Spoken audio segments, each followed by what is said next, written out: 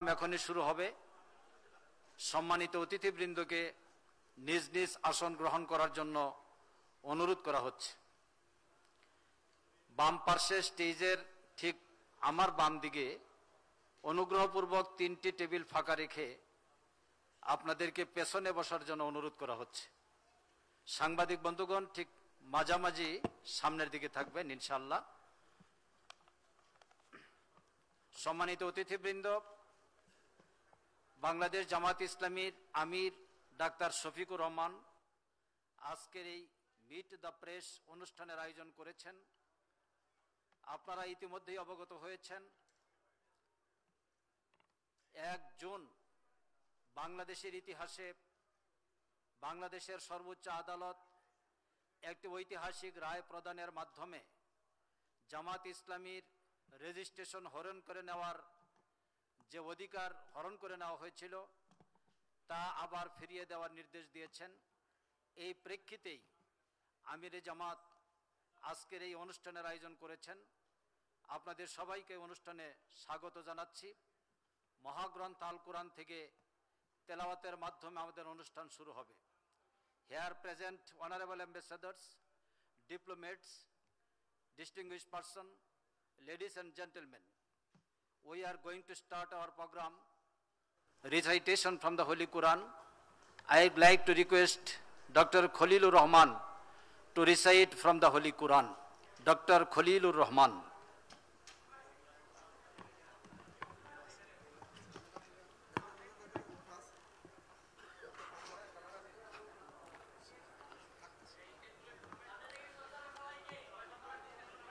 أعوذ بالله من الشيطان الرجيم. بسم الله الرحمن الرحيم.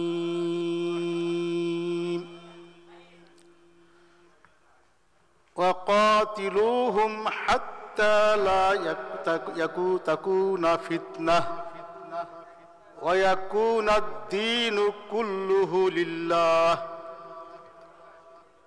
আমানতু বিল্লাহ। আল্লাহ সুবহানাহু ওয়া তাআলা বিশ্ববাসীর জন্য, বিশেষ করে ঈমানদারদের জন্য এই মেসেজ দিয়ে জানিয়ে দিলেন যে যারা সন্ত্রাসী, বিশৃঙ্খলাকারী, জুলুমবাজ, স্বৈরাচার, তাদের বিরুদ্ধে ফিতনা, ফাসাদ, দুর্নীতি, দুঃশাসন দূর না হওয়া পর্যন্ত লড়াই সংগ্রাম চালিয়ে যাও, যতক্ষণ পর্যন্ত শান্তি শৃঙ্খলা সর্বোপরি সর্বত্র আল্লাহর দ্বীন কায়েম হয়ে একটি আদর্শ সমাজ গঠিত হয়।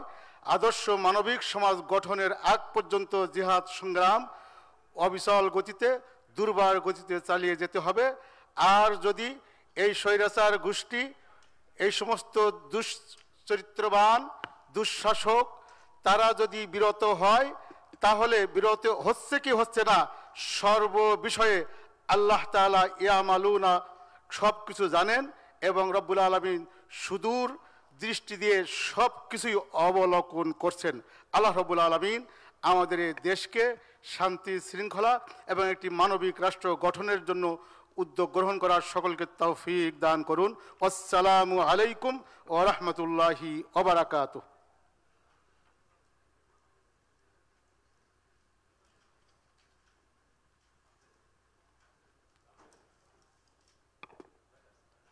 সম্মানিত অতিথিবৃন্দ, এখন আজকের এই অনুষ্ঠানে গুরুত্বপূর্ণ বক্তব্য পেশ করবেন বাংলাদেশ জামাত ইসলামীর সম্মানিত আমির, জনতার নেতা, মানবিক নেতা doctor Shafiqur Rahman. Now I would like to request honourable আমিরে Jamaat professor doctor Shafiqur Rahman to deliver his valuable speech to the audience.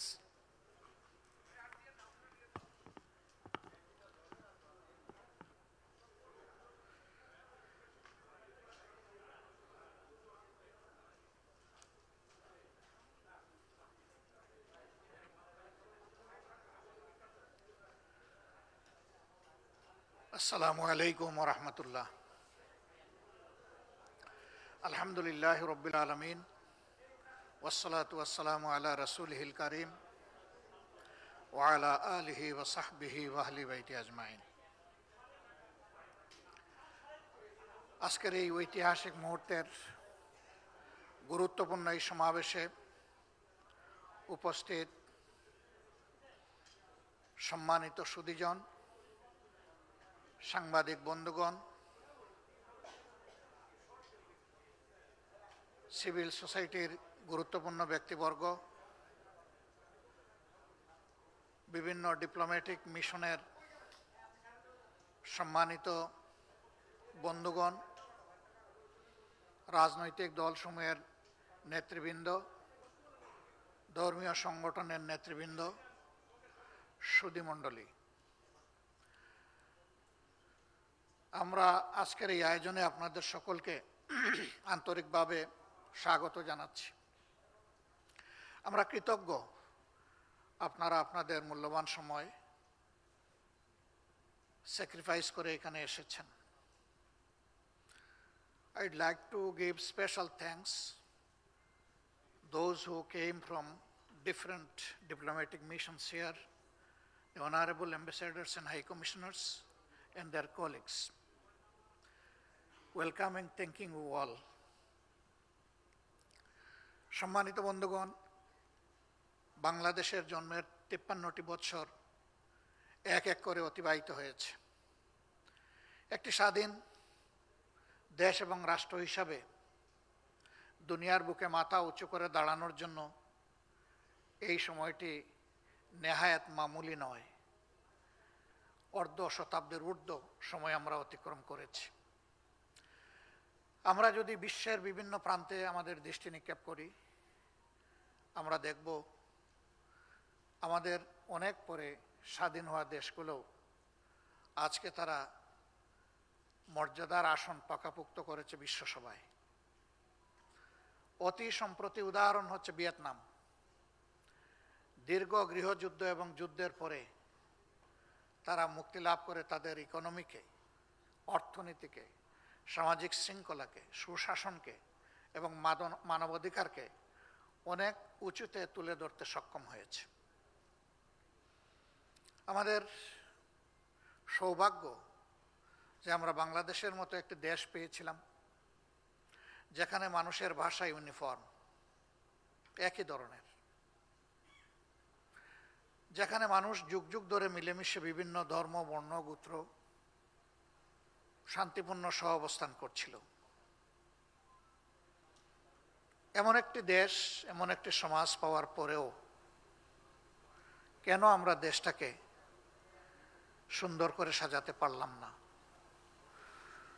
তার সম্ভবত উত্তর একটাই, এই সমাজ পরিচালনার দায়িত্ব যাদের উপর অর্পিত হয়েছিল তারা জনগণের আমানতের সদ্ব্যবহার করেন নাই, অপব্যবহার করেছেন। ক্ষমতায় যিনি যখন গিয়েছেন, কিভাবে ক্ষমতা ধরে রাখা যায় এবং আবার ফিরে আসা যায়, এটাই ছিল তাদের মুখ্য উদ্দেশ্য। জাতিকে মন উজাড় করে কিছু দেওয়ার বিষয় রাজনীতিবিদরা এদেশে প্রমাণ করতে পারেননি। দুর্ভাগ্য এতটুকু গিয়ে ঠেকেছে যে যখনই ক্ষমতা থেকে কেউ চলে গেছেন, সাথে সাথেই দুর্নীতির অভিযোগে কেউ গ্রেফতার হয়েছেন, কেউ দেশ ছেড়ে পালিয়েছেন। আর কারো কারো অবস্থা ক্ষমতা মাঝপথে রেখেই তারা দেশ থেকে চলে গেছে। কেন তারা এই সৎসাহসটা করতে পারলেন না? কেন অন্যান্য দেশের মতো ক্ষমতার পরিবর্তনের সাথে সাথেই অস্থিরতা তৈরি হবে? কেন রাজনীতিবিদদেরকে ইতিহাসের তলানিতে আশ্রয় নিতে হবে? তার কারণ সামাজিক দায়বদ্ধতা অভাব ছিল, সততার অভাব ছিল, ভিশনের অভাব ছিল এবং ইনসাফের অভাব ছিল। এই মেজর অভাবগুলোর কারণেই সমাজ বিশ্বের বুকে আজও বুক উঁচু করে, মাথা উঁচু করে দাঁড়াতে পারল না। এই ধরনের একটা প্রেক্ষাপটে বাংলাদেশ জামায়াতে ইসলামী 1979 সাল থেকে তার যাত্রা আনুষ্ঠানিকভাবে শুরু করে 79 থেকে শুরু করে 2025 আমাদের এই যাত্রাপথ কখনো আমাদের জন্য মসৃণ ছিল না। দফায় দফায় আমাদের উপরে বিভিন্ন ধরনের অনৈতিক, অন্যায্য বোঝা চাপানো হয়েছে। আমাদের গতি এবং পথকে স্তব্ধ করতে চেষ্টা করা হয়েছে। তার সর্বশেষ আঘাতটি আমাদের উপরে এসেছে বিগত সরকার আমলে 2010 সালের 29শে জুন থেকে শুরু করে 2024 সালের 4 আগস্ট পর্যন্ত। এই দীর্ঘ পথ পরিক্রমায়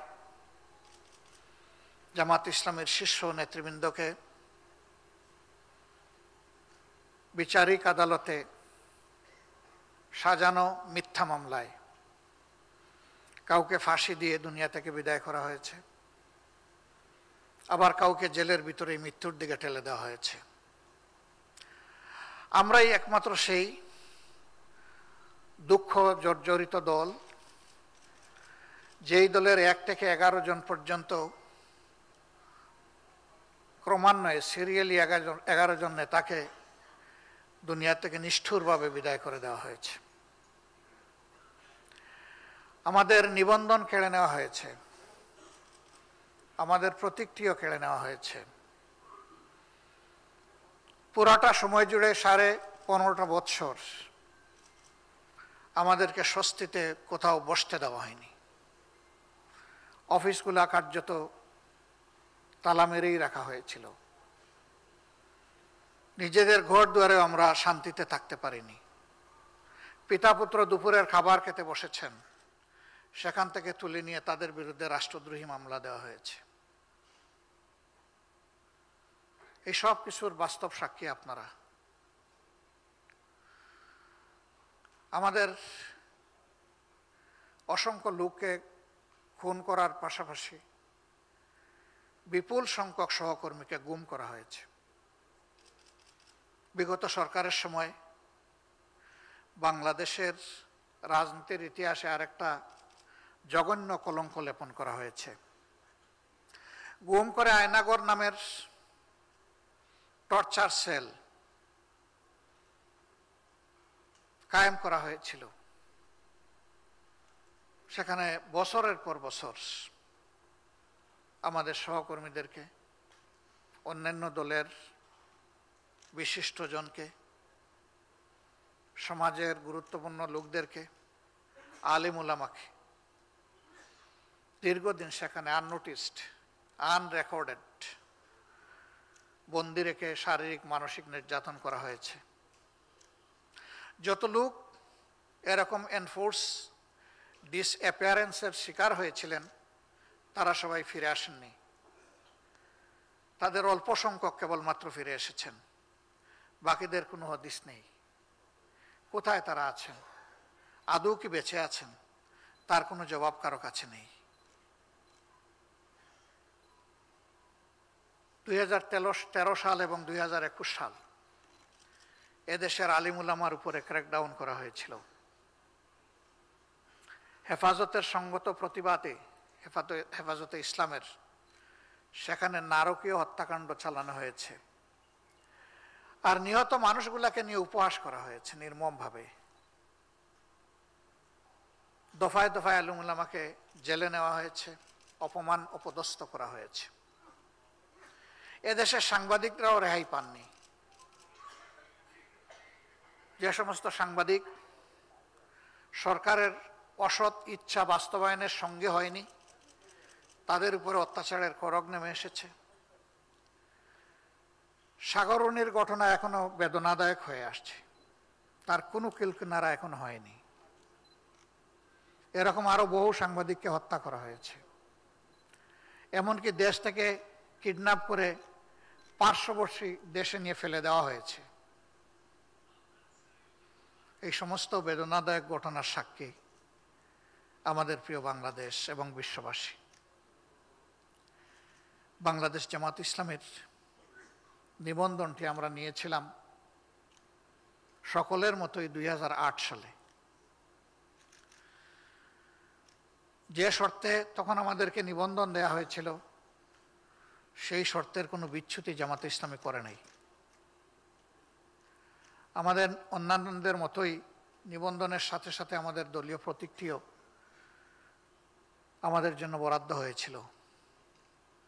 নিবন্ধন পরবর্তী একটা নির্বাচনে সেই প্রতীক নিয়ে জামাতে ইসলামী নির্বাচনও করেছে। কিন্তু 2009 সালে দুর্ভাগ্যজনকভাবে সরকারের ইঙ্গিতে একটি বিশেষ মহল রাজনৈতিক প্রতিহিংসার বশবর্তী হয়ে আমাদের নিবন্ধন বাতিল করার জন্য অন্যায্যভাবে বেআইনিভাবে আদালতে যায়। আদালতও এখতিয়ার বহির্ভূতভাবে এই মামলাকে আমলে নিয়ে একটা মিসক্যারিয়েজ অফ জাস্টিস উপহার দিয়েছেন, ন্যায়ভ্রষ্ট রায় উপহার দিয়েছেন। সেই রায়ের ভিত্তিতে, হাইকোর্টের রায়ের ভিত্তিতে আমাদের নিবন্ধনটি বাতিলের পর্যায়ে চলে যায়। আমরা এর বিরুদ্ধে আপিল করি। সেই আপিল অনেক চড়াই উতরাই দীর্ঘ আইনি লড়াইয়ের পর 1 জুন 2025 সাল আপিল সেটেল হয় এবং আপিল বিভাগ সর্বসম্মত রায়ে হাইকোর্টের দেওয়া রায়কে অবৈধ এবং বাতিল ঘোষণা করেন। একই সাথে 2013 সালে এই রায় প্রকাশ হওয়ার আগে জামাতে ইসলামীর যে অবস্থা ছিল, তার নিবন্ধন, তার প্রতীক, সেই বিষয়টি সমাধান করার জন্য, দ্রুত সমাধান করার জন্য নির্বাচন কমিশনকে তারা নির্দেশ প্রদান করেন। আমরা মহান আল্লাহর শুকরিয়া আদায় করি যে আল্লাহ রাব্বুল আলামিন দীর্ঘদিন পরে হলেও আমাদের হারানো অধিকারটা আমাদেরকে ফেরত দিয়েছেন। এই দীর্ঘ আইনি লড়াইয়ে আমরা রাজনৈতিক বন্ধুদেরকে আমাদের পাশে পেয়েছি সমবেত হিসাবে। মিডিয়াও অনেকেই আমাদেরকে সহযোগিতা করেছেন। আমাদের শুভাকাঙ্ক্ষীরা আমাদের পাশে থেকেছেন। ডিপ্লোম্যাটিক কোরের respectable members, they also assisted us and encouraged us.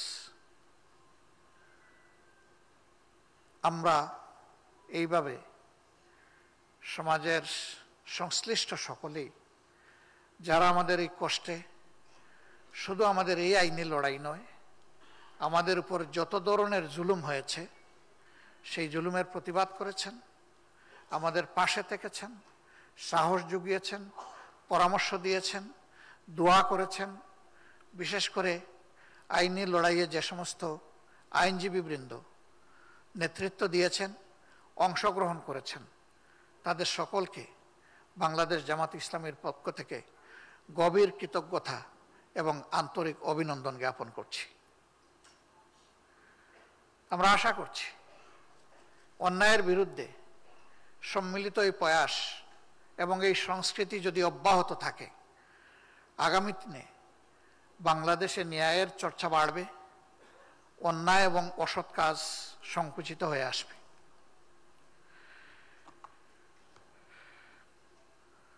সম্মানিত সুধীমণ্ডলী, বাংলাদেশ জামাত ইসলামী তার জন্মলগ্ন থেকে বাংলাদেশকে একটি স্বাধীন, স্বনির্ভর, সার্বভৌম, মানবিক দেশ হিসাবে গড়ার জন্য তার প্রয়াস চালিয়ে আসছে। বাংলাদেশ জামাত ইসলামী ডেফিনেটলি দুনিয়ার শ্রেষ্ঠতম আদর্শ, পৌরাণিক আদর্শের ভিত্তিতেই তার নীতি এবং কর্মসূচি পরিচালনা করে থাকে। আমরা আমাদের প্রিয় দেশকে দুর্নীতি এবং দুঃশাসন মুক্ত, ন্যায় এবং ইনসাফযুক্ত, সকলের জন্য দল মত ধর্মের ঊর্ধ্বে উঠে সমান সাংবিধানিক অধিকার প্রতিষ্ঠা করার লক্ষ্যে আমাদের কাজ আমরা চালিয়ে যাচ্ছি। 5 আগস্টের এই পরিবর্তন বা বিপ্লব না হলে হয়তোবা আজকেও আমরা আমাদের এই অধিকার ফেরত পেতাম না। এই জন্য আমি বিশেষভাবে জুলাই এবং আগস্টের বিপ্লবীদেরকে অন্তরের অন্তঃস্থল থেকে কৃতজ্ঞতা এবং ধন্যবাদ জ্ঞাপন করছি।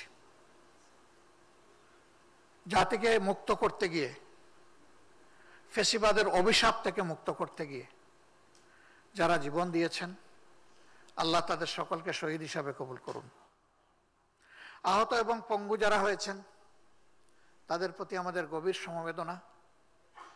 আল্লাহ তাদেরকে ধৈর্য ধরার এবং সুস্থতার নিয়ামত দান করুন।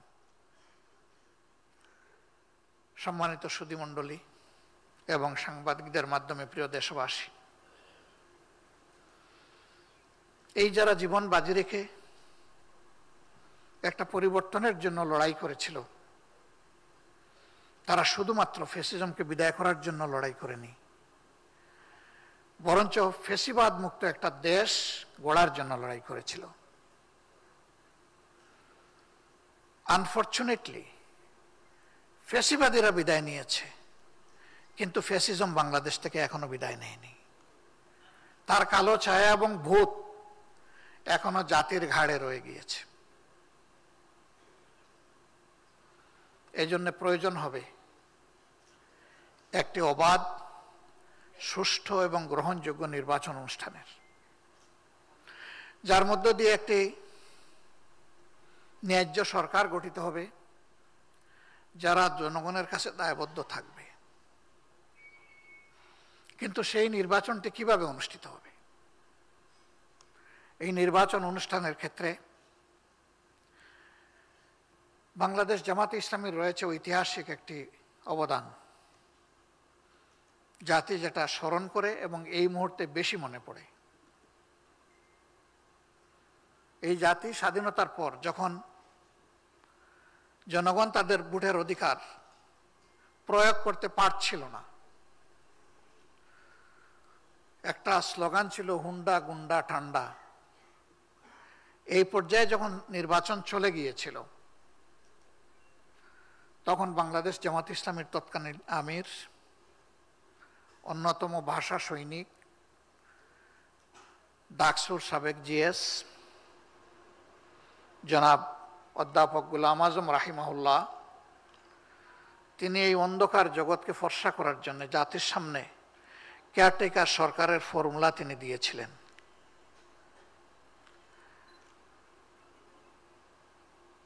হুসেন মোহাম্মদ এরশাদ সাহেবের শাসনামলের পতন হলে যে নির্বাচনটি অনুষ্ঠিত হয়েছিল, কার্যত তার দেওয়া ফর্মুলার ভিত্তিতেই অনুষ্ঠিত হয়েছিল। এবং বাংলাদেশের ইতিহাসে বলা হয়ে থাকে এইটাই ছিল সবচেয়ে ফেয়ার ইলেকশন। এরপরেও আন্দোলন সংগ্রামের মধ্য দিয়ে এই কেয়ারটেকার সরকার ব্যবস্থা সংবিধানে সংযোজিত হয়েছিল 96 সালের একটা বিশেষ পার্লামেন্টের মাধ্যমে। এর ভিত্তিতে 96 ইলেকশন হলো, 2001 ইলেকশন হলো, এমনকি কিছুটা ব্যতিক্রম ঘটিয়ে 2018 ইলেকশন হলো, কিন্তু তারপরেই শেষ।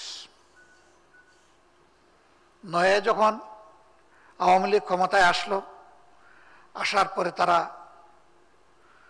আদালতকে ব্যবহার করে একটা পারভার্টেড রায়ের মাধ্যমে কেয়ারটেকার ব্যবস্থাকে সংবিধান থেকে খতম করে দেওয়া হলো। তাও সেই রায়ে যে রিকমেন্ডেশন ছিল, আওয়ামী লীগ সরকার ওটাও মানে নাই। এই কেয়ারটেকার ব্যবস্থা থাকবে কি থাকবে না, এই নিয়ে আদালতের পক্ষ থেকে অ্যামিকাস কিউরিদের মতামত চাওয়া হয়েছিল। অধিকাংশ অ্যামিকাস কিউরি সেখানে মতামত দিয়েছিলেন এটা থাকা উচিত, বাঞ্ছনীয়। আদালত তার তোয়াক্কা করেনি, না করেই সরকারের অসৎ ইচ্ছা পূরণ করেছে। উদ্দেশ্য ছিল এই ব্যবস্থা নির্মূল করে দিয়ে আওয়ামী লীগকে চিরতরে বাংলাদেশের ক্ষমতার মালিক বানানো। সেই অসৎ উদ্দেশ্যেই, যাতে জনগণ তার ভোটের অধিকার প্রয়োগ করতে না পারে, যাতে নির্বাচনের লেভেল প্লেইং ফিল্ড তৈরি না হয়, সমতল মাঠ তৈরি না হয়, এই জন্যই কেয়ারটেকার ব্যবস্থাকে খতম করা হয়েছিল। এবং কার্যত তারই দুঃখজনক পরিণতি বাংলাদেশ গত 15.5 বছর প্রত্যক্ষ করেছে। আওয়ামী লীগ সরকারের অধীনে তিনটি নির্বাচন হয়েছে, সেখানে যেখানে কোনো কেয়ারটেকার ব্যবস্থা ছিল না। 14 সালের নির্বাচনে সবাই আমরা জানি 154 আসনে বিনা প্রতিদ্বন্দ্বিতায় ভোটের দিনের আগেই প্রার্থীরা নির্বাচিত বলে ঘোষিত হয়েছিলেন এবং তারা সকলেই ছিলেন আওয়ামী লীগের। এই আসনগুলোতে রাজনৈতিক দলের কাউকেই সেখানে নমিনেশন পর্যন্ত সাবমিট করতে দেয়নি আওয়ামী লীগের লোকেরা, জোর করে তাদেরকে বিরত রেখেছিল। শেষ পর্যন্ত এই নির্বাচনটি বিরোধী দল প্রত্যাখ্যান করেছিল, নির্বাচনে অংশগ্রহণ করেনি। 18 সালে তারা বলল যে আমরা ফেয়ার ইলেকশন দেব। অনেক কূটনৈতিক বন্ধুরা আমাদেরকে বললেন তাদেরকে পরীক্ষা করো তারা ফেয়ার ইলেকশন দেয় কিনা। আর তৎকালীন প্রধানমন্ত্রী বললেন, আমি অমুকের মেয়ে, আমি কথা দিলে কথা রাখি, আমি জাতিকে ফেয়ার ইলেকশন অবশ্যই উপহার দেব, আপনারা আমার উপর আস্থা রাখুন। আমাদের আস্থা ছিল কিনা আমি এটা বলতে যাচ্ছি না, কিন্তু রাজনৈতিক দলগুলা কৌশলগত কারণে সেদিন তাদের উপরে আস্থা রেখেছিলেন। সেই আস্থার প্রতিদান তারা দিয়েছিলেন চমৎকারভাবে। ভোটের দিন পর্যন্ত অপেক্ষা করার ধৈর্যটুকু তাদের ছিল না, আত্মবিশ্বাস ছিল না। সমস্ত প্রশাসন তাদের নিয়ন্ত্রণে ছিল, মাঠ সাজানো ছিল, পরিবেশ অনুকূলে ছিল। বিরোধী দলের প্রার্থীদেরকে ঘর থেকে বের হতে দেওয়া হয়নি। আমাদের দলেরই 12 জন প্রার্থীকে জেলে রাখা হয়েছিল 23 জনের মধ্যে। এরকম বিএনপির বিপুল পরিমাণ প্রার্থীকে জেলে পুরা হয়েছিল, ঘর থেকে বের হতে দেওয়া হয়নি। অনেক ভেটেরান রাজনীতিবিদকে এক পা এক কদম চলে জনগণের কাছে যেতে দেওয়া হয়নি। তাতেও কোনো বিশ্বাস ছিল না সেই নির্বাচনে জেতার। এই জন্য ধৈর্য হারিয়ে আগের রাতেই তারা সামাল দিয়ে ফেলেছেন সবকিছু। সেই নির্বাচনকে জাতি এবং ইন্টারন্যাশনাল কমিউনিটি বলেছে এই ইলেকশন অফ মিডনাইট, নিশিরাতের ইলেকশন।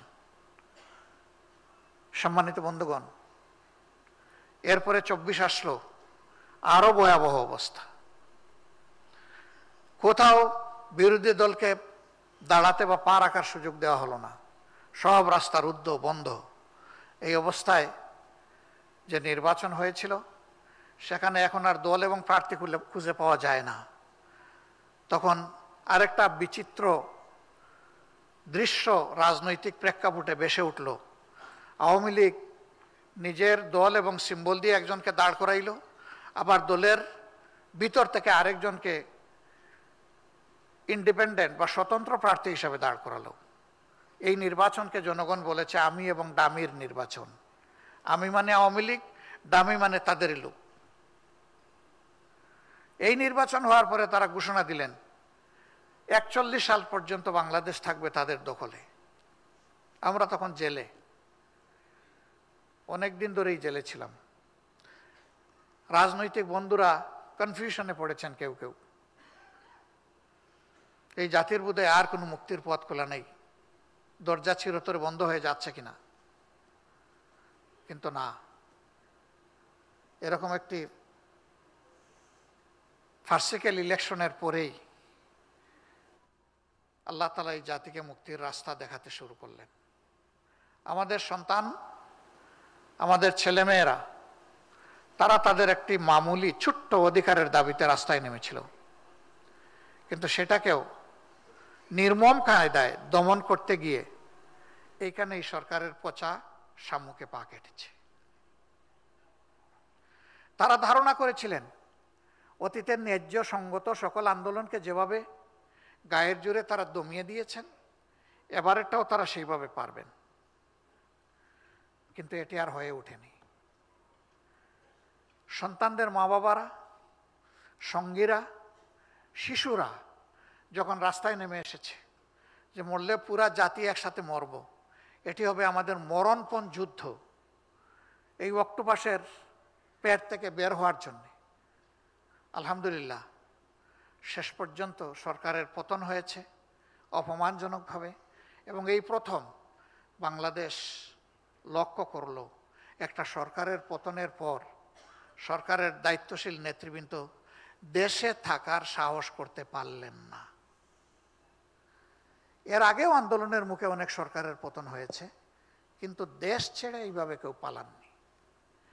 তাদের অপরাধের মাত্রা কি পরিমাণ ছিল এখান থেকে এটা অনুমান করা যায়। জাতি আশ্বস্ত হয়েছিল, যাক জ্বালাইয়া হলেও গেল, তো এখন দেখা যায় না, যায় না তো, লেগেই আছে। ওই পা ভাঙ্গা ল্যাংড়া ভূত এখনো মাঝে মাঝে এসে উকিঝুঁকি দেয়, বিভিন্ন কায়দায়, আকারে, ইঙ্গিতে, অপার থেকে উস্কানিমূলক নির্দেশনা আসে। এই সব নিয়ে আমরা জাতি হিসাবে রাজনীতির একটা বাঁক অতিক্রম করছি। আমাদের দেশে লক্ষ লক্ষ যুবক বেকার এবং তাদের অধিকাংশ শিক্ষিত। শিক্ষিত হয়ে কেন বেকার থাকবে? শিক্ষিত লোকগুলা তো 1 মিনিটের জন্য বেকার থাকার কথা না। এর মূল কারণ হলো জাতিকে মূর্খ বানায় রাখার জন্য, জাতিকে চোখের আলো কেড়ে নেওয়ার জন্য যেই রকম শিক্ষা দরকার ছিল 15.5 বৎসরে সেই শিক্ষা, সেই কুশিক্ষাই তারা জাতিকে দিয়েছে। এই জন্য আমাদের যুবকদেরকে এখন বেকারত্বের অভিশাপ বুকে নিয়ে এখান থেকে ওখানে ছোটাছুটি করতে হচ্ছে। বাংলাদেশ জামাত ইসলামী একটি ন্যায় বিচার নির্ভর সমাজ গড়তে চায়, যেই সমাজে দেখা হবে না কোন লোকটি কোন ধর্মের, কোন বর্ণের, কোন রঙের, এটা দেখা হবে না, কোন ভাষার। তিনি বাংলাদেশের নাগরিক, অতএব এটাই তার পরিচয়। তিনি একজন নাগরিক হিসাবে সকল নাগরিকের মতো সংবিধানে দেওয়া তার পূর্ণ অধিকার তিনি ভোগ করবেন। এটার আমরা শুনতেই চাই না। দেশের রাজনৈতিক পট পরিবর্তনের সাথে সাথে বিভিন্ন ধর্মের উপাসনালয় প্রোটেকশন দেওয়ার জন্য বিশেষভাবে ব্যবস্থা নিতে হবে। কেন এটা হবে? রাজনীতির দৃশ্যপট পরিবর্তন হবে, এটাই স্বাভাবিক। গণতান্ত্রিক সমাজের এইটাই সৌন্দর্য। একবার একদল শাসন করবে, জনগণ তাদের শাসন বিবেচনায় নেবে, নিয়ে যদি ভালো মনে করে আবার আনবে, যদি ভালো মনে না করে তাহলে তাদেরকে বদলাবে, যাদেরকে ভালো মনে করে তাদেরকে সুযোগ দেবে। যারা বিরোধী দলে যাবে তারা ন্যায্য কাজে সরকারকে সহযোগিতা করবে, সরকার ভুল করলে শুধরাবে, ধরে দিবে, যদি তারা না শুধরায় প্রতিবাদ করবে, প্রতিবাদের ভাষা না বুঝে প্রতিরোধ করবে। এটি হচ্ছে বিরোধী দলের কাজ। কিন্তু আমাদের সংস্কৃতিতে এটা গড়ে ওঠেনি। আমরা পাশ করলে বলি নির্বাচন শতভাগ সুষ্ঠু, আর আমরা ক্ষমতায় না যেতে পারলে আমরা বলি যে এই নির্বাচন দুষ্ট। এটা মানি না, এবং সাথে সাথে এটাও বলি যে একদিনের জন্য শান্তিতে থাকতে দিব না সরকারকে। এই ইতিহাসও বাংলাদেশে আছে, এবং এটি আওয়ামী লীগ করেছে, অন্য কেউ করে নাই। সম্মানিত ভাইরা, এইভাবে ইতিহাসের সিঁড়ি বেয়ে আস্তে আস্তে আমাদের দেশ এগিয়ে চলছে। আমাদের এই যে যুব সমাজ বুক চিতিয়ে লড়াই করলো, জীবন দিল, পঙ্গু হলো, 2 চোখ নাই, 2 হাত নাই, 2 পা নাই, 1 হাত নাই, 1 পা নাই, মেরুদণ্ডে বুলেট নিয়ে বাসায় কিংবা হাসপাতালের বেডে অবশ হয়ে প্যারালাইজড হয়ে পড়ে আছে। এদের চাহিদাটা কি? খুব বড় নয়। এদের চাহিদা ছিল, we want justice, we don't want to see any disparity anywhere in the society. আমরা ন্যায় বিচার চাই, এবং আমরা কোনো বৈষম্য সমাজের কোথাও দেখতে চাই না। যদি এটা নিশ্চিত করতে হয় তাহলে অবশ্যই গুরুত্বপূর্ণ সংস্কার সম্পন্ন করে সরকারের প্রধান যিনি, তার ঘোষিত সময়ের ভিতরে একটি সুষ্ঠু নির্বাচন অনুষ্ঠিত করতে হবে, যেখানে জনগণ ভোট দিবে এবং ভোটের যথাযথ প্রতিফলন দেখতে পাবে। এই ভোট নিয়ে কেউ কোনো ইঞ্জিনিয়ারিং করার দুঃসাহস দেখাবে না। এই মুহূর্তে আমি গভীর কৃতজ্ঞতা জানাতে চাই দেশে এই পরিবর্তনে, দেশের ভিতর থেকে আমরা যারা লড়েছি, সমান তালে আমাদের সাথে পৃথিবীর বিভিন্ন প্রান্তে যে সমস্ত বাংলাদেশি ভাই বোনেরা আছেন তারাও লড়াই করেছেন। কিন্তু দুর্ভাগ্যজনকভাবে তাদের বেশিরভাগই, তাদের না আছে এনআইডি, না আছে ভোটের তালিকায় নাম। এই জন্য আমাদের অত্যন্ত বলিষ্ঠ, ন্যায্য, স্বচ্ছ, স্পষ্ট দাবি, বিদেশে অবস্থানরত প্রত্যেকটি বাংলাদেশিকে ভোটের অধিকার তাদেরকে দিতে হবে। এই তালিকাভুক্ত তাদেরকে অবশ্যই করতে হবে এবং এটা খুব দুঃসহ ব্যাপার নয়, দীর্ঘদিনের এটা কোনো সাধনার প্রশ্নও নেই, এখানে শুধু সদিচ্ছার ব্যাপার। ইসি কথা দিয়েছেন তারা এটা করবেন, কিন্তু আমরা দৃশ্যমান কোনো পদক্ষেপ দেখতে পাচ্ছি না, আমরা উদ্বিগ্ন। যদি 1,10,00,000 প্রবাসী ভোটারদেরকে বাদ দিয়ে, ইগনোর করে বাংলাদেশ আগানোর চেষ্টা করে, এই বাংলাদেশ সফল হওয়ার কোনো সম্ভাবনা নেই। কারণ তাদের সংখ্যা যাই হোক, তাদের রক্ত পানি হয়ে ফুটা ফুটা যে ঘাম জোরে, সেই ঘাম থেকে তারা যে বৈদেশিক মুদ্রা অর্জন করেন, তাদের পাঠানো বৈদেশিক মুদ্রায় বাংলাদেশের অর্থনীতির চাকা চলছে। মুখে বলবো রিমিটেন্স যোদ্ধা, আর সেই যোদ্ধাকে দিব না তার অধিকার, এটি তাদের সাথে এক ধরনের নির্মম উপহাস। আমরা এটার পরিসমাপ্তি দেখতে চাই। আমরা দেখতে চাই তাদের ভোটের অধিকার নিশ্চিত করা হয়েছে এবং যোদ্ধা হিসেবে আরও যা তাদের পাওনা সেটাও তাদেরকে দেওয়া হয়েছে। তাহলে বাংলাদেশের অর্থনীতি আরও নতুন একটা ডাইমেনশনে গতিতে চলে যাবে ইনশাআল্লাহ। কিন্তু যদি তাদেরকে উপেক্ষা, অগ্রাহ্য, অপমান করা হয়, তাহলে তার করুণ পরিণতির জন্য আমাদেরকে অপেক্ষা করতে হবে। আমরা এটা চাই না। তাদের প্রতি কৃতজ্ঞতা জানানোর পাশাপাশি তাদের এই ন্যায্য অধিকারের পক্ষে আমাদের অবস্থান সুদৃঢ়, স্পষ্ট, লাউড অ্যান্ড ক্লিয়ার। আমরা এখানে কোনো কম্প্রোমাইজের পক্ষে নাই, এটা করতেই হবে এবং ইসি যেন দ্রুত কার্যকর পদক্ষেপ নেয় সেটা আমরা আশা করব। সম্মানিত বন্ধুগণ, বাংলাদেশকে নিয়ে মোটা দাগে বাংলাদেশ জামাতে ইসলামী যে চিন্তা করে সেটা আপনারা রিফ্লেকশন দেখছেন এখানে ডিসপ্লে বোর্ডগুলোতে। আমি নতুন করে এটা বলে আর আপনাদের সময়ের অপচয় করতে চাচ্ছি না। তবে আমাদের একটা বিষয় অবস্থান একেবারেই স্পষ্ট সবগুলার মতো, এটি হচ্ছে বাংলাদেশের রাজনীতি, সমাজ, সংস্কৃতি, আমাদের সার্বভৌমত্বের উপর আমরা কোনো ধরনের আধিপত্য কারো মেনে নেব না। এই ব্যাপারে আমাদের অবস্থান একেবারেই জিরো টলারেন্স। অবশ্যই বিশ্বসভার বাংলাদেশ একটি সদস্য রাষ্ট্র। আমরা সকল সদস্য রাষ্ট্রের সাথে বন্ধুত্বপূর্ণ সম্পর্ক বজায় রাখার পক্ষে। আমরা সবাইকে সম্মান জানাতে চাই, তাদের ন্যায্য পাওনা আমাদের কাছে যা আছে তাও দিতে চাই, কিন্তু বিনিময়ে আমরাও সম্মান চাই। তারাও যেন আমাদের প্রতি সম্মান প্রদর্শন করেন, আমাদের যা ডিউ, যা পাওনা সেটা যেন তারা আদায় করেন, সে দেশ যেটাই হোক। বিশেষভাবে আমরা আমাদের প্রতিবেশীদের সাথে সৎ সম্পর্ক রক্ষা করে চলার পক্ষে। আমরা আশা করব স্বাধীন বাংলাদেশের জনগণের এই অ্যাসপিরেশনকে তারা রেসপেক্ট করবেন সবাই। সম্মানিত বন্ধুগণ, বাংলাদেশ জামাতে ইসলাম ইনশাআল্লাহ আমরা আশা করছি হাইকোর্টের রায়ের মাধ্যমে অতি দ্রুতই অফিসিয়ালি আমরা আমাদের নিবন্ধন ফিরে পাব এবং সেই সাথে আমাদের প্রতীকও ইনশাআল্লাহ আমরা ফিরে পাব। দুর্ভাগ্যজনক, হাইকোর্টের রায় দিয়ে আমাদের নিবন্ধন বাতিল করা হয়েছে।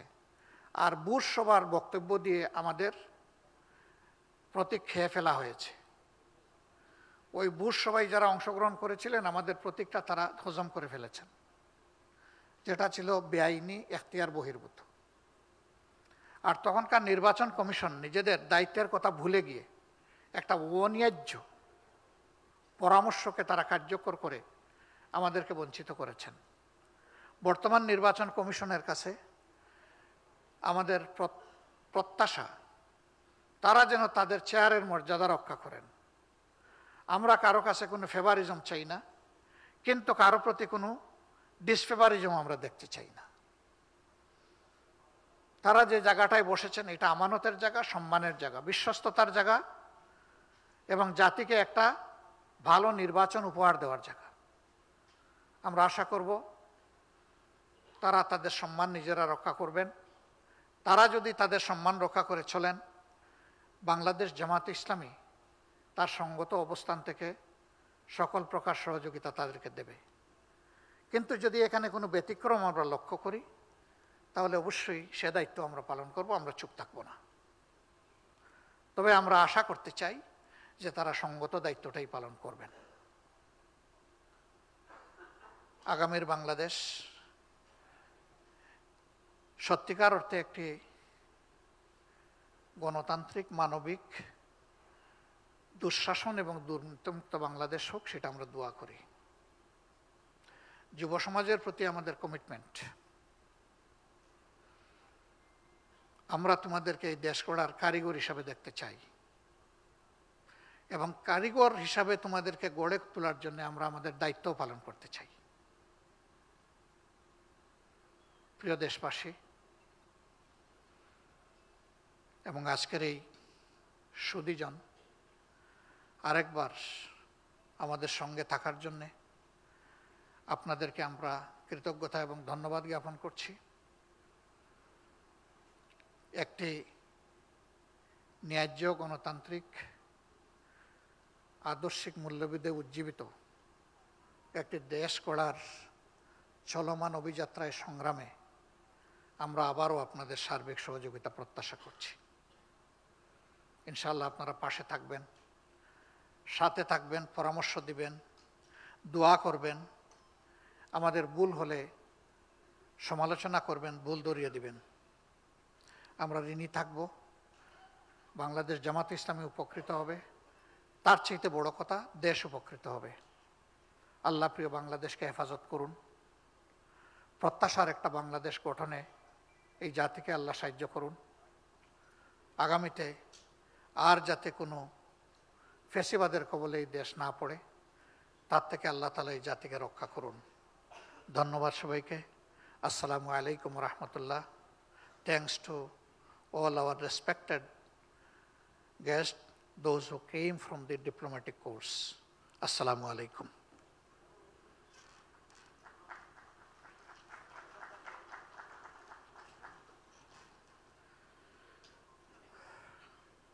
সবাইকে ধন্যবাদ। আমাদের আজকের এই আয়োজন সম্পৃক্ত যদি আপনাদের কারো কোনো জিজ্ঞাসা থাকে, ইউ আর কর্ডিয়ালি ইনভাইটেড। আপনারা জিজ্ঞেস করতে পারেন। অগ্রাধিকার অবশ্যই সাংবাদিক বন্ধুদের, তবে বাকিরাও সুযোগ পাবেন ইনশাল্লাহ। একটু হাত তুললে আমরা সহযোগিতা করবো ইনশাল্লাহ, কারো প্রশ্ন থাকলে। আছে প্রশ্ন আছে। জি, আপনি প্রশ্ন করুন। সালাম আলাইকুম মাননীয় আমির, আমার নাম মাজহারুল ইসলাম, নিউজ 24-এ কাজ করি। আমার প্রশ্ন হচ্ছে নির্বাচন রিলেটেড। সেটি হচ্ছে এই আপনাদের যে নির্বাচনের নিবন্ধন বাতিল করা হয়েছিল, আপনারা বলেছেন যে সেটি রাজনৈতিক প্রতিহিংসার কারণে বাতিল হয়েছে। তো এই যে নির্বাচন কমিশন বা যারা এর সাথে জড়িত ছিল, যারা এই প্রতিহিংসার শিকার হয়ে আপনাদের নিবন্ধন বাতিল করেছিল, তাদের বিরুদ্ধে আপনারা আইনি কোনো পদক্ষেপ নেবেন কিনা, এক। আরেকটা বিষয় হচ্ছে যে প্রধান নির্বাচন কমিশন বা নির্বাচন কমিশনের দায়িত্ব নিয়ে একটি রাজনৈতিক দল ইতিমধ্যেই তারা নানান ধরনের প্রশ্ন তুলেছেন যে বর্তমান নির্বাচন কমিশনের আমলে সুষ্ঠু নির্বাচন হওয়া সম্ভব নয়। আপনি আজকে আপনার বক্তব্যে কিছু জিনিস নিয়ে উদ্বেগ জানিয়েছেন। আপনারা কি মনে করেন যে এই নির্বাচন কমিশনের অধীনে একটি সুষ্ঠু নির্বাচন হওয়া সম্ভব কিনা? ধন্যবাদ আপনাকে দুইটা মূল্যবান প্রশ্ন করার জন্য। আপনার প্রথম প্রশ্ন হচ্ছে আমাদের অধিকার অন্যায্যভাবে যারা কেড়ে নিয়েছিলেন, এর সাথে যারা কুশলী এবং সম্পৃক্ত তাদের ব্যাপারে আমরা আইনগত কোনো পদক্ষেপ নেব কিনা, এই ব্যাপারে আমরা সেরকম কোনো চিন্তা এখনো করিনি। 2 নম্বর, দেখেন যে বাংলাদেশ মামলার ভারে জর্জরিত, আমাদের কোর্টগুলাই বোঝা বহন করতে পারছে না। আর কত বোঝা আমরা এই কোর্টের উপরে তুলে দেব সেটাও আমাদেরকে চিন্তা করতে হবে। তবে হ্যাঁ, এই অপসংস্কৃতির অপনোদনের জন্য এরকম একটা পদক্ষেপ নেওয়াটাই ন্যায্যতার দাবি, আমরা চিন্তা করব বিষয়টা। দ্বিতীয়ত, আপনি প্রশ্ন করেছেন যে কি জানি নির্বাচন কমিশনের নিউট্রালিটি নিয়ে, যে তাদের আন্ডারে একটা নির্বাচন সুষ্ঠু হবে এটা আমরা আশা করি কিনা।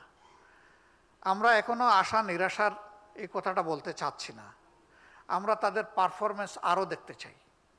তাদের পারফরমেন্সই প্রমাণ করবে যে তারা কি করবেন না করবেন। সেই ক্ষেত্রে আমাদের এইটা একটা রিকমেন্ডেশন আছে, দাবি আছে, যে জাতীয় নির্বাচন হচ্ছে সিদ্ধান্তকারী নির্বাচন, জাতির ভাগ্য নিয়ন্ত্রণের নির্বাচন।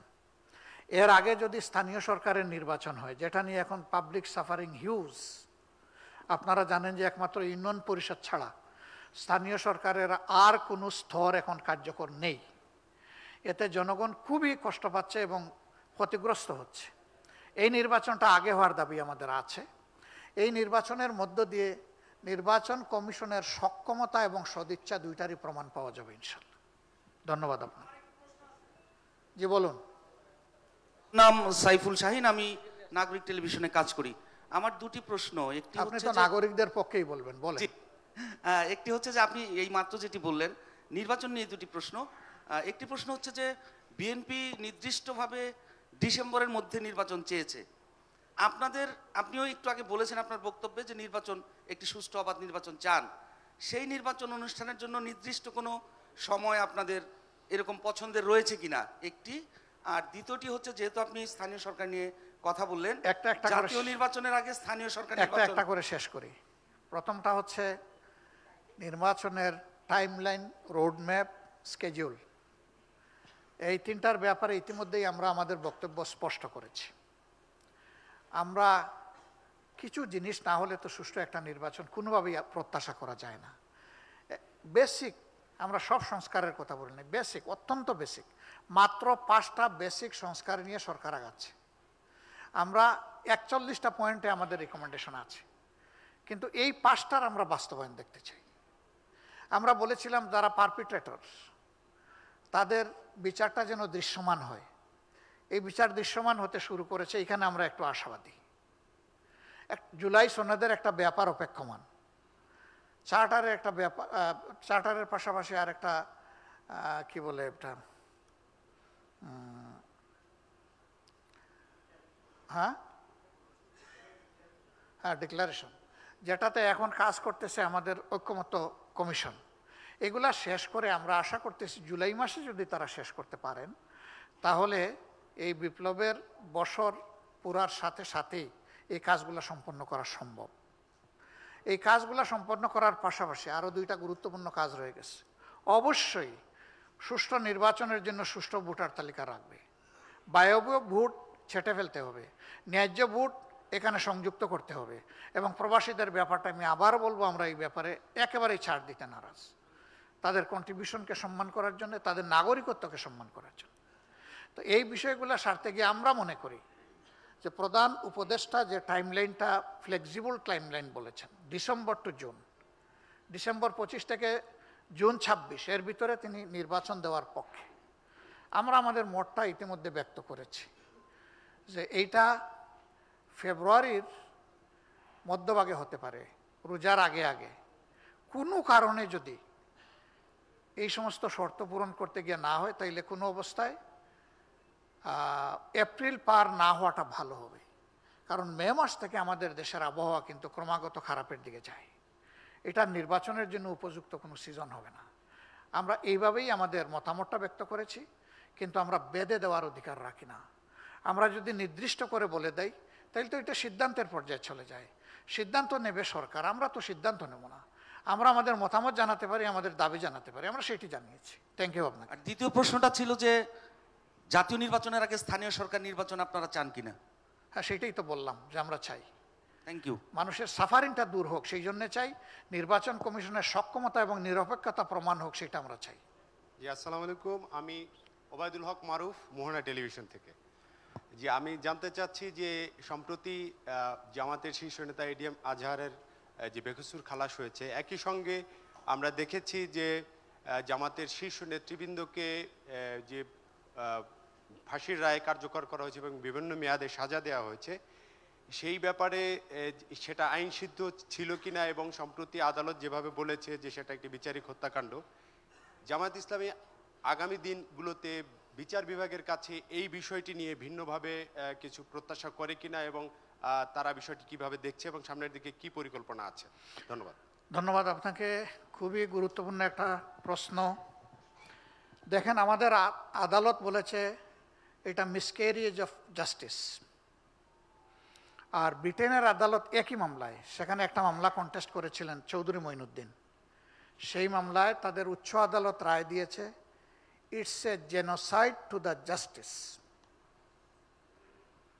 এটা হলো বিচারের গণহত্যা। মামলা করলেন একটা, তারা বলল গণহত্যা। এটা কেন বলল?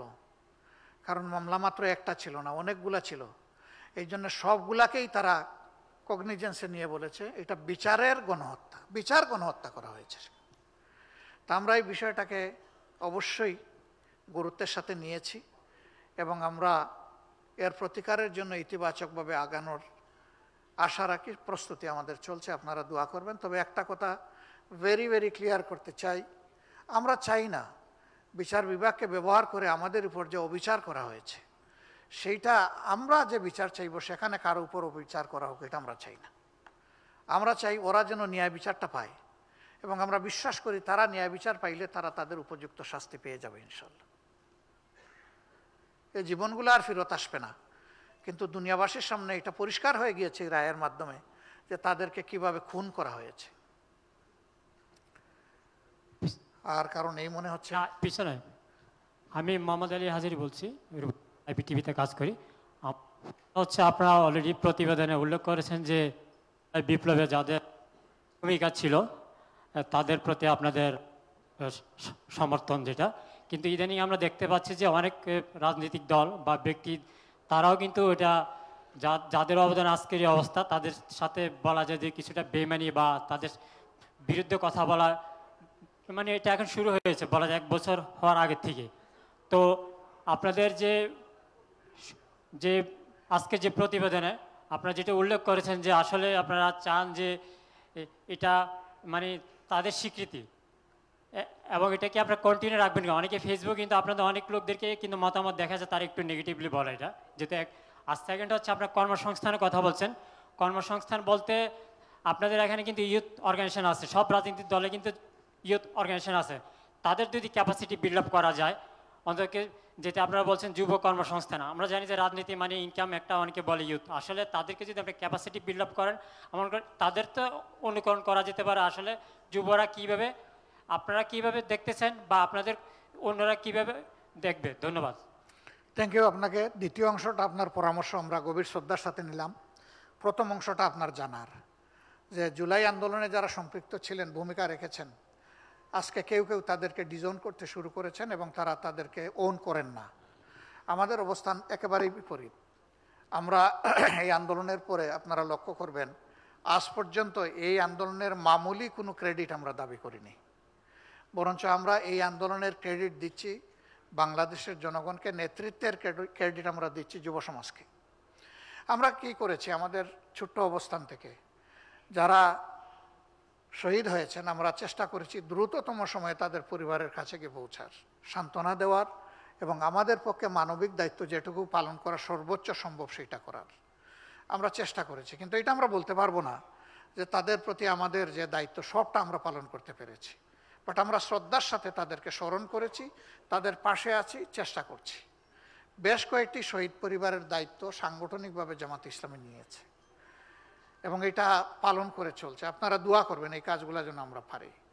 আমরা শহীদদেরকে স্মরণে রাখার জন্য, ইতিহাসের অংশ হিসাবে ধরে রাখার জন্য ইতিমধ্যে শহীদদের প্রোফাইল সংগ্রহ করে সেই ব্যাপারে আমরা ইতিহাসের অংশ হিসাবে স্মরণিকা তৈরি করেছি।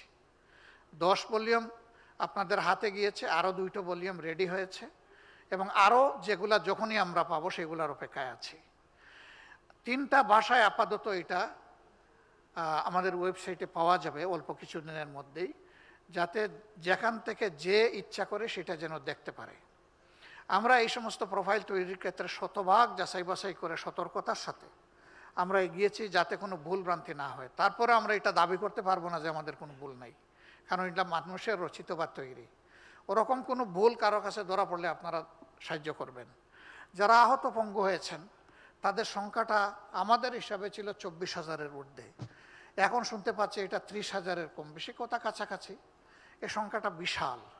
আমরা তাদের সকলের কাছে পৌঁছতে পারিনি, তবে তাদের বৃহৎ অংশের কাছে আমরা পৌঁছার চেষ্টা করেছি এবং তাদের পাশেও আমরা আমাদের অবস্থান থেকে যতটুকু সম্ভব আমরা দাঁড়ানোর চেষ্টা করেছি।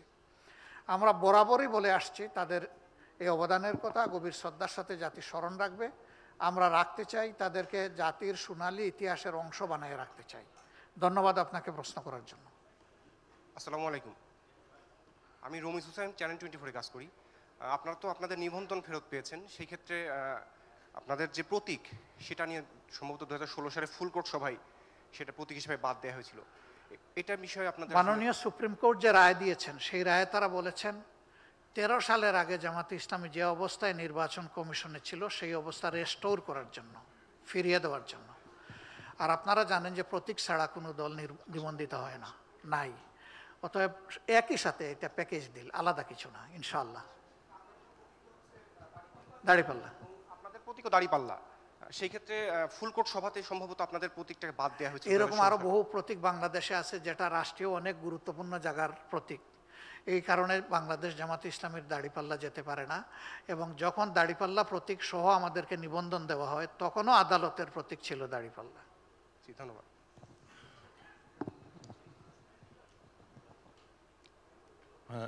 আসসালামু আলাইকুম। ওয়ালাইকুম আসসালাম। অনেক ধন্যবাদ একটা খুব সুন্দর একটা বক্তব্য প্রদানের জন্য। আমি ব্রিগেডিয়ার জেনারেল হাসান নাসির এবং কর্নেল হাসিন বরখাস্ত।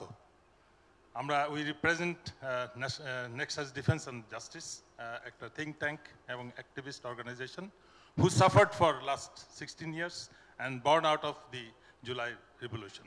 This organization was born. তা আমার প্রশ্ন হচ্ছে, in the light off Bangladesh 2.0, সশস্ত্র বাহিনীর সংস্কার এবং ন্যাশনাল সিকিউরিটি ডক্ট্রিন যে আমাদের একটা থাকা প্রয়োজন, কম্প্রিহেন্সিভ জাতীয় নিরাপত্তা নীতিমালা, এই ব্যাপারে আপনার দলের অবস্থান। জি, থ্যাংক ইউ। একটা কথা রাজনীতি চালু আছে যে সংস্কার একটা চলমান প্রক্রিয়া। সবাই এটা বলে কিন্তু চালায় না, এটা অচল মাল। ইনফ্যাক্ট এটা চলে না, কিন্তু আমরা বলি যে এটা একটা চলমান প্রক্রিয়া।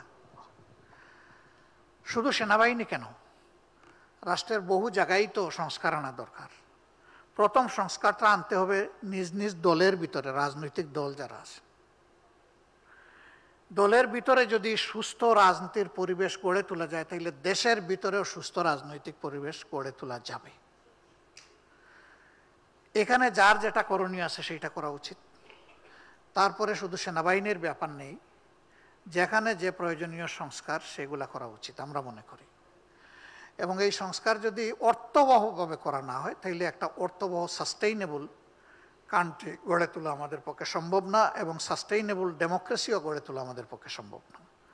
অতএব আমরা ন্যায্য সেই সকল সংস্কারের পক্ষেই আছি। ধন্যবাদ আপনাকে।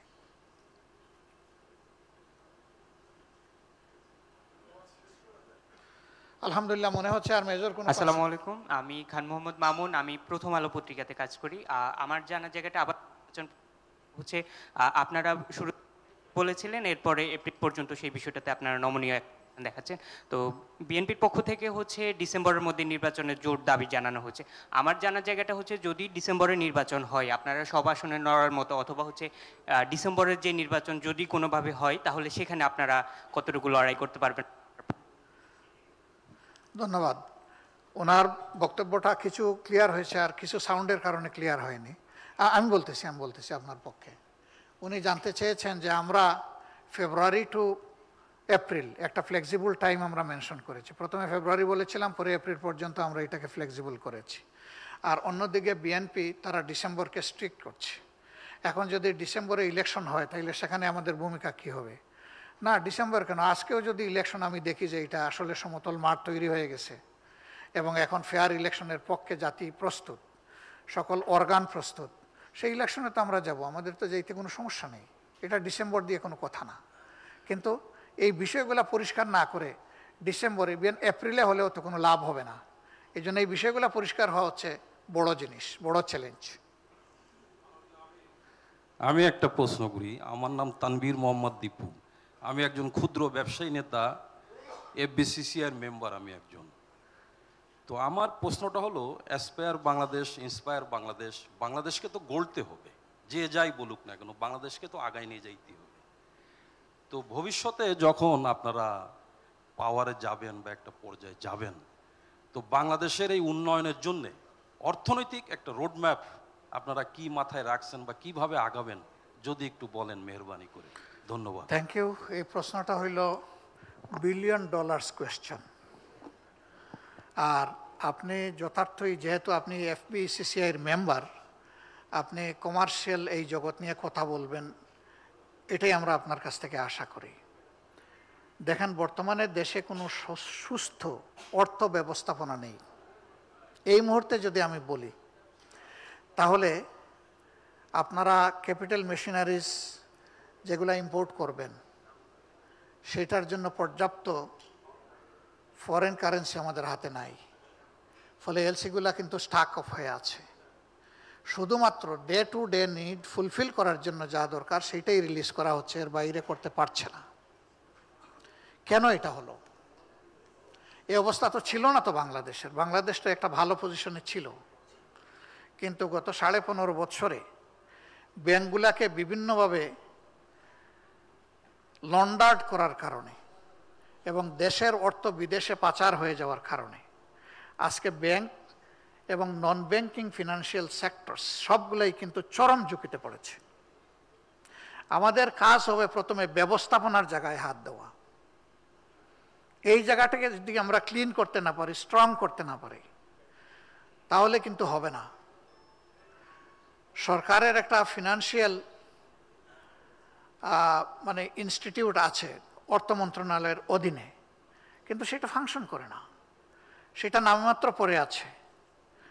গভর্নরেট যেটা আছে সেখানকার অবস্থা, আপনি একজন সচেতন ব্যবসায়ী হিসাবে আপনার কাছে ক্লিয়ার, এই সব জায়গায় হাত দিতে হবে।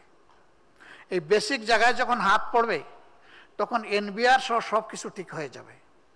এখন আমরা দৃশ্য তো দেখতে পাচ্ছি, এনবিআর এর অফিসিয়াল আয়ের বাইরে আরেকটা আয় আছে।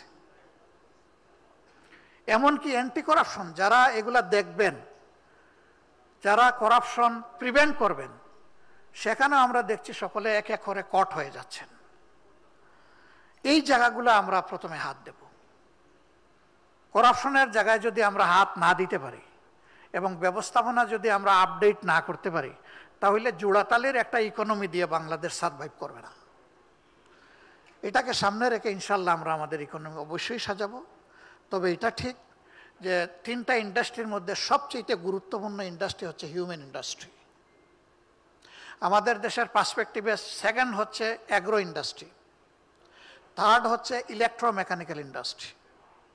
এই 3টার সমন্বয় সাধন করতে হবে, পরস্পরের সাথে সম্পৃক্ত হতে হবে। সবার আগে হিউম্যান ইন্ডাস্ট্রি। একজন সাংবাদিক তিনি পরামর্শ দিয়েছেন, আমরা ইয়ত যারা তাদেরকে আমরা জব প্রোভাইড করতে চাই। জব ইনশাল্লাহ আমরা প্রোভাইড করবো না, আল্লাহ চাইলে ওরা নিজেরা জব ক্রিয়েট করবে। আমরা সেই স্কিল তাদের মধ্যে প্রপাগেট করতে চাই, ডেভেলপ করতে চাই।